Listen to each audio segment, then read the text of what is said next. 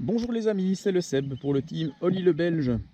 Comme vous voyez, aujourd'hui il pleut, c'est pas folichon pour la balade. Mais bon, on va revenir un petit peu sur le point après 200 km de promenade avec nos deux machines du jour. Dans un premier temps, la Honda CB500X. Un petit trail, 500 cm3 bicylindre, 47 chevaux, qui convient parfaitement à nos jeunes permis A2. Alors, cette machine s'acquitte très bien du job tant qu'on ne lui demande pas des très grandes choses. Donc elle déteste l'exercice de l'autoroute, elle déteste l'exercice des grandes nationales, mais elle se trouve fort à l'aise sur les petites routes bien viroleuses. Et alors, comme Honda la qualifie de Urban Trail, elle sera parfaite dans l'exercice urbain. Ben oui, grand débattement de suspension, les petites routes bosselées, pas de problème, les barrières, les bordures de trottoir, pardon, aucun problème non plus. Donc de ce côté-là, tout va bien. Alors, Honda nous a fait ici une machine facile de prise en main, agréable à piloter, mais somme toute pas très excitante. Oui, comme je vous disais, elle fera le job, elle s'en acquittera sans rechigner, sans renacler. Elle est pratique et facile. J'ai poussé le vice en cette journée pluvieuse à emmener un passager avec moi. Passager, en fait, de son point de vue, l'assise de la selle est assez intéressante, assez confortable. Bon, après ça, le bestiau, il fait quand même près d'1,90 m.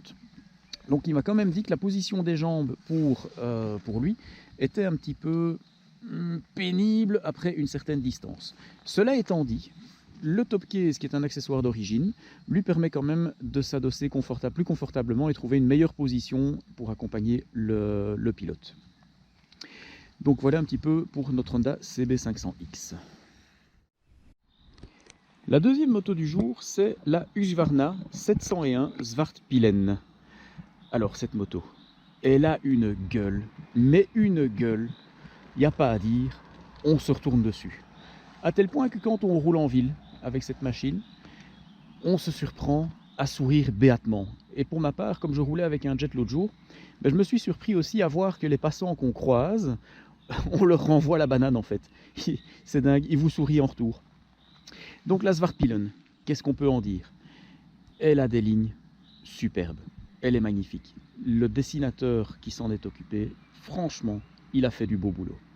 Après ça, on pourrait dire que les designers ont mis sur la route un prototype.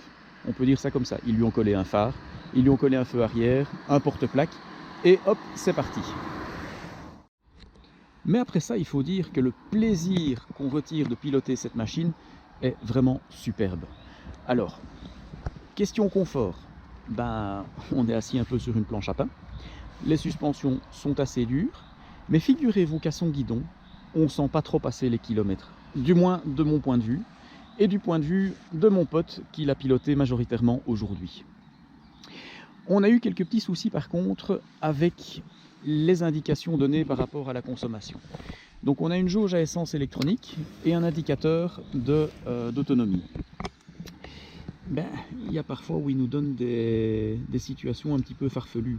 Donc ici on a une jauge qui nous indique un plein à moitié, mais quand on ouvre le réservoir, on se rend compte qu'il y a un peu plus que la moitié. On parlait suspension là tout de suite. Eh bien, les suspensions sont de très bonne qualité. Vous voyez, pensez un peu du White Power, du WP, pour dire ça amortit. Eh bien voilà les amis, un petit peu ce qu'on peut dire à propos de ces deux machines. Je pense que maintenant il est temps de vous emmener faire un tour. Donc, on va remettre nos casques, nos gants, nos petites protections anti-pluie. Et on va aller faire un petit galop d'essai sur la route. On a justement quelques petits virages à portée de main ici, ça va être assez sympathique. À portée de main, que dis-je, à portée de roue. Ça va être assez sympathique. Donc, on vous emmène tout de suite. Ciao!